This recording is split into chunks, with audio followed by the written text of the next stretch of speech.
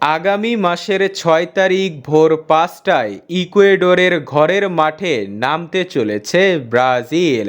তাদের বিপক্ষে এবার ব্রাজিলের দায়িত্বে থাকবেন European mastermind coach Carlo Ancelotti, যিনি ২৭ তারিখ ইকুয়েডর ও প্যারাগুয়ের বিপক্ষে চূড়ান্ত স্কোয়াড ঘোষণা করবেন।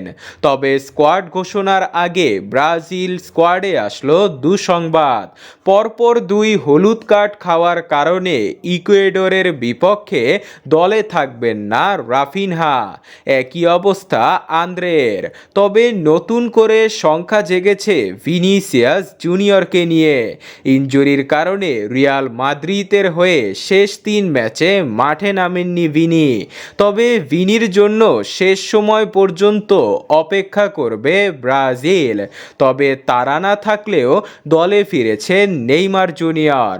শুধু নেইমার নয়, ডাক পেয়েছেন আন্থোনি ও পুরানো সতীর্থ ক্যাসেমিরো।